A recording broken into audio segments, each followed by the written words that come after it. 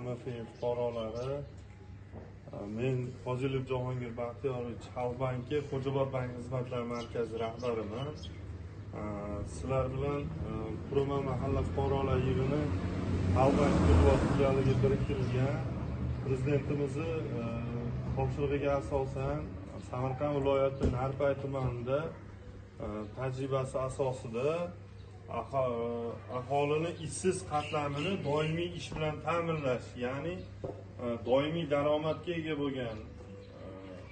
ishlar bilan ta'minlash hamda tadbirkorlik faoliyati bilan shug'ullanuvchi fuqarolarni kredit, ya'ni moliyaviy qo'llab-quvvatlash maqsadida bu pastki mahallaga tushib fuqarolar bilan uchrashib, har bir fuqaroni, ishsiz fuqaroni suhbatlashib, doimiy daromadga ega bo'lgan ish bilan ta'minlash yoki tadbirkorlik qilaman desa, tadbirkorlikni qo'llab-quvvatlash maqsadida